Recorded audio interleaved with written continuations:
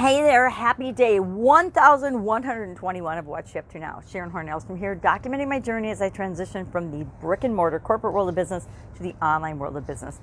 Titled this one Urine Analysis for a couple of reasons. Number one, I've taken an old tool that I've used for a long time and I've morphed it over the last couple of get up and go challenges. And today I realized, before I started my video, that it actually, if I take the letters, the acronym spells out the word urine. Now, not in that order, but it's a great way to remember the pieces and the components of this framework, this tool. And so now I think I'm going to start calling it the urine analysis, which is a little rude, but guess what? When I say it, I won't ever forget the components again, because I just know that the first letter of each one spells out the word urine. So what is the urine analysis? It's a framework for and a tool and a strategy for analyzing alternatives. We're on the A for our SOAP framework in the Get Up and Go challenge. Third time through doing it with respect to finances. And so for finances, we had our options from the O, the three alternatives that we're going to look at, and we want to analyze each of them using the urine analysis. Is it urgent? Is it important? Is it necessary? Do we have the resources available? And do we have them? And then how many do we need? And I actually took the average of the two, so I kind of changed the tool a little bit today. And then effort. So I'll work on putting them in the right order, that urine, and see if I can make that make sense to remember.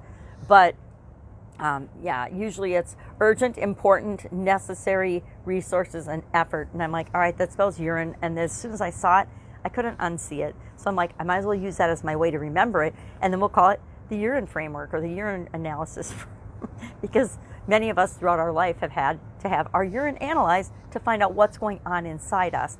It's kind of the same thing with our business or with our personhood, our being. What do we want to do to impact or choose among alternatives or frames? So interesting new framework, the urine analysis. So I don't know. Some mornings I crack myself up and then I cough. That was an interesting video. My alarm went off and all kinds of things. And it's just, some days are like that when we just get off our schedule a little bit and things just go a little bit haywire. So Get Up and Go challenge urine analysis today for our finances. But that's got so many implications. It just makes me snicker inside every time I say it.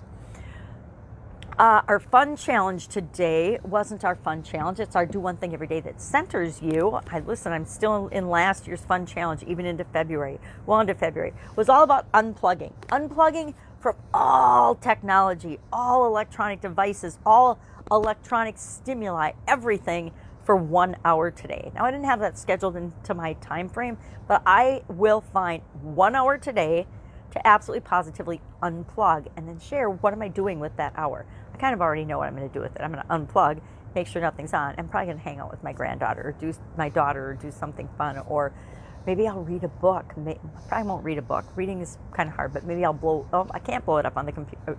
Usually I blow books and things up on my big 62-inch screen TV, but I won't be able to do that if I'm unplugged for an hour. So maybe I'll go for a walk in nature. I saw it's 25 degrees in Wisconsin this morning, so I'm like pretty excited about that. We've had a stint of really, really cold weather, and yesterday and today it's finally warmed up and gotten a little bearable. And most people, a lot of parts of the world would think that's not bearable. And I'm talking Fahrenheit. I'm not talking, it was below 0 Fahrenheit, not Celsius. Our idiom, our expression for today for Supersize Your Business was all work and no play makes Jack a dull boy. And I actually used Lucy as my example of a kind of a know-it-all, boring type personality. I didn't even talk about this on that video, that we strive to be focused in one area and aspect of our life with our business. But if that's all we ever do, that's all we ever talk about, that's all we ever interact with other people about, guess what? That makes us really, really boring and kind of a one-trick pony instead of a unicorn. We all want to be a unicorn, right? Who wouldn't want to be a unicorn?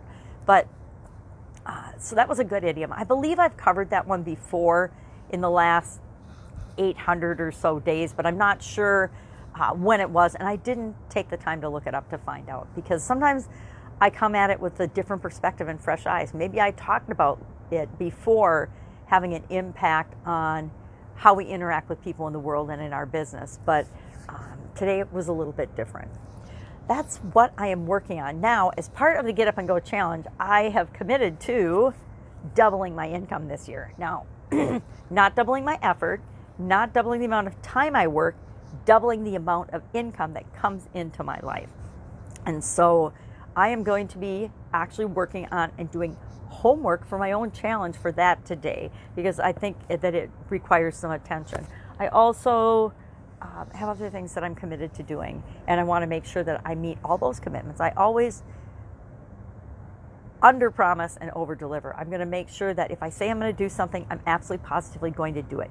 Even if I don't feel good, even if I have a headache, even if it doesn't feel convenient or comfortable, once I commit to something, I'm absolutely positively going to do it. So I want to commit to something new to double my income this year, because that's part of creating value in the world, is by me doing the things that I'm teaching other people how to do, and actually being in the game all the time. A lot of people that help other people, coaches I'm talking about, because there seems to be like just this huge explosion and plethora of coaches out in the world right now in every area and aspect of your life. And I am a huge coaching fan. I've had lots and lots, dozens of coaches in my life, literally dozens of coaches in my life for different areas and aspects of my life, for business, for personal, for physical, for, I've never had a relationship coach, but I probably need one, let's be honest.